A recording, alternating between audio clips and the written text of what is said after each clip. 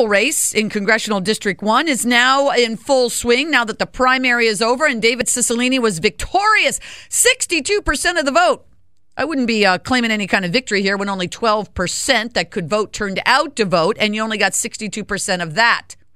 But he's taken his case now to Brendan Doherty, the former head of the Rhode Island State Police, who came out swinging yesterday with a news conference and laying out his plan of attack, saying that you can't trust David Cicilline. Colonel Brendan Doherty joins us now. Colonel Doherty, welcome to the Helen Glover Show. Good morning. Good morning, Helen. How are you? Well, I'm sitting here watching the foreign policy of this administration fall apart around the world and wondering who better to send to Congress to send a strong message to that part of the world. Somebody that supports this failed foreign policy or someone that's in lockstep with it, which would be David Cicilline.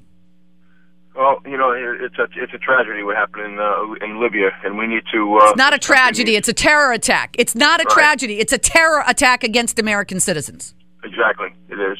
And, you know, America needs to be strong in these situations. And you know what? My first thought would be we needed an intelligence briefing and pay attention to it.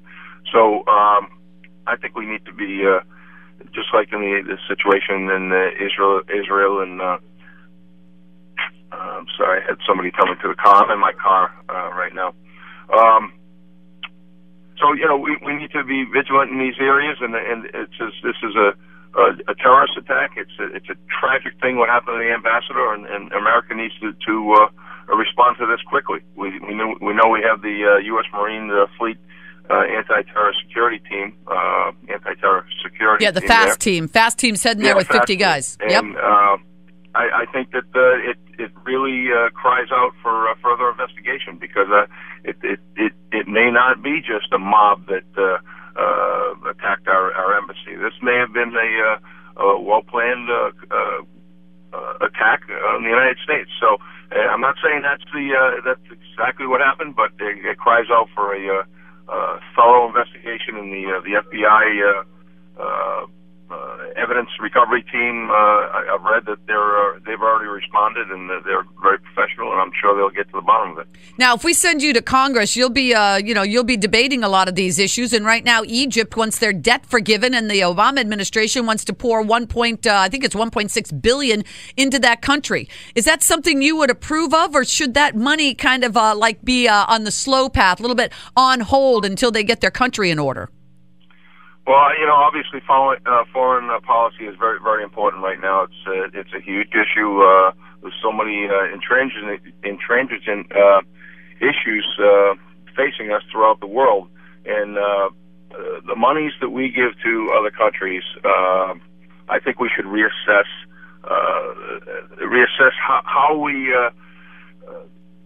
disseminate that money to some of these countries. And in Libya, we certainly should consider giving them $0. Absolutely. Yeah, yank the money. I mean, that's really the only thing that they're not going to listen to any kind of sweet talk right now, because we see what good it did to send out a pre-statement about how we sympathize with you. We don't like anything bad being said about Muslims. That didn't do any good. They overran the embassy in Cairo after it had been evacuated, so we knew this was coming. They burned the American flag, and then we tried to restate the fact that we sympathize with them. Didn't do any good.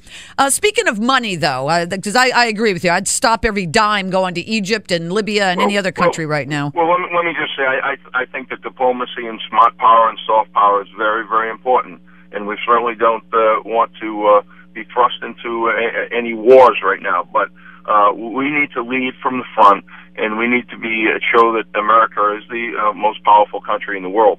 Absolutely. To show that, because we are. Absolutely. I mean, I was saying earlier, it's reminiscent of 1979. We had Jimmy Carter, and for 444 days, he couldn't do anything to get our hostages released. And everybody criticized Ronald Reagan, but guess what? The minute Ronald Reagan put his hand up and finished his oath of office, mysteriously, those hostages were released and returned home.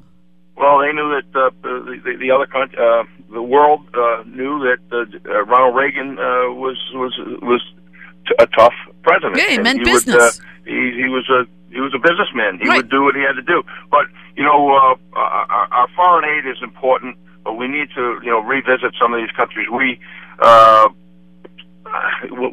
need to help America first. We need to build America back up first before we start handing out to other countries. country. So I think that's important that we reassess our values with some of the foreign aid. We're talking with Colonel Brendan Doherty, candidate in the 1st Congressional District, challenging David Cicilline.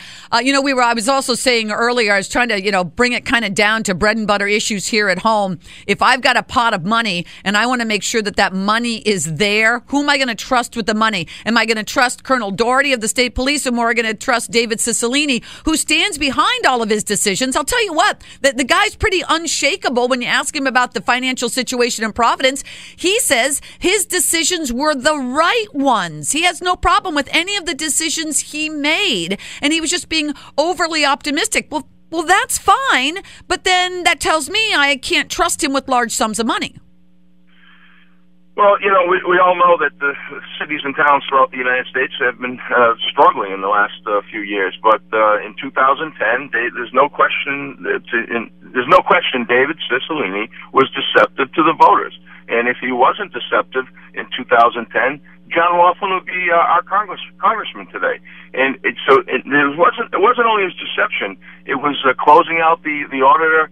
Not allowing that information, and the auditor had to do a public records request for that, and so that those are just some of the things that I brought out yesterday. But moreover, it was the deception about some of the issues that are important to me, like Medicare and Social Security. And David Cicilline keeps talking about this radical Republican agenda.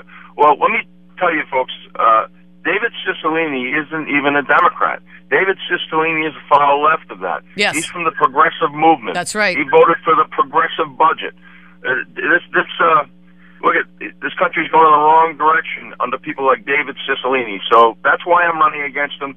And I think that this campaign is doing very well. I'm very proud of the organization we built. And there's so many intransigent issues out there. But, like we were just talking about with foreign affairs, foreign policy.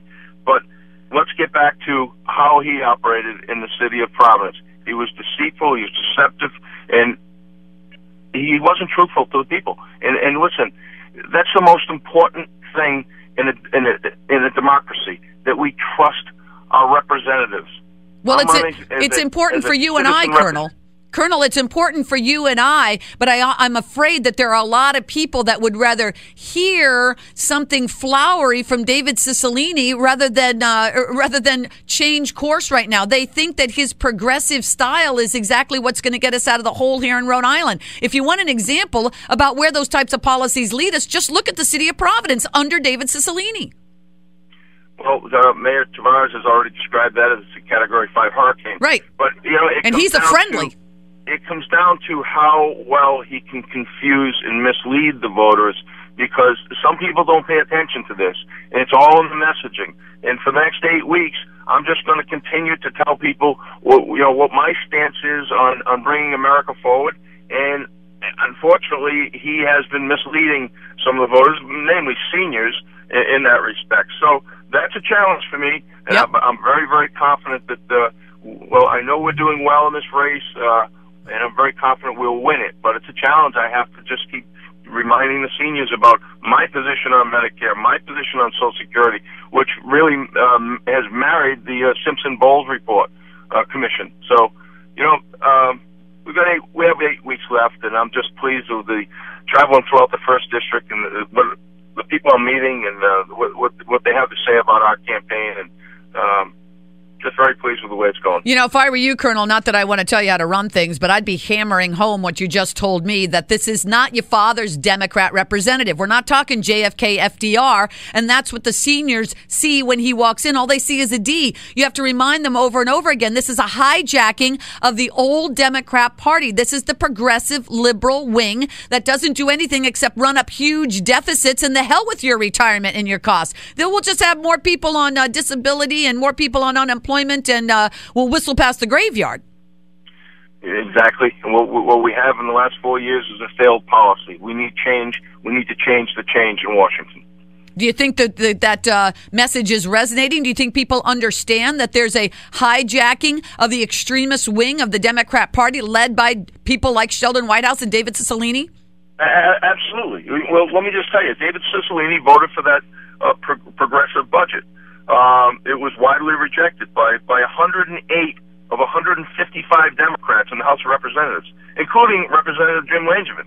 So David Cicilline voted for that. It's so far left. It's far left of people like John F. Kennedy and our beloved former Governor Joe Gary. David Cicilline is so far left of these people, and I'm going to continue to bring that out. Yeah, I think his policies are lie to people, paper over any kind of huge deficits, hope they don't notice, and then cross your fingers and hope some kind of money comes in, all the while, of course, discouraging business from coming in. That's not a way to get a budget moving. Brendan Doherty, Colonel Doherty of the Rhode Island State Police, now candidate in the 1st Congressional District. When's the first debate, Colonel Doherty? We haven't. I don't think we've scheduled one yet.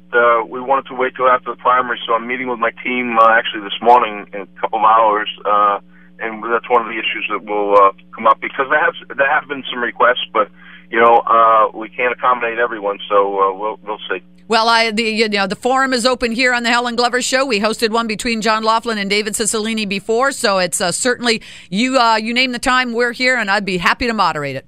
Well, thank you, Helen. All right, Colonel Doherty. Thanks for having me on. Yep, you're welcome. I saw the Colonel's ads up on TV yesterday. I thought they were very well done. I thought very well presented, short, sweet, and to the point. So, as we say, 8 weeks to go. We'll see. At 7:23, we're going to take a quick check of the roads. It's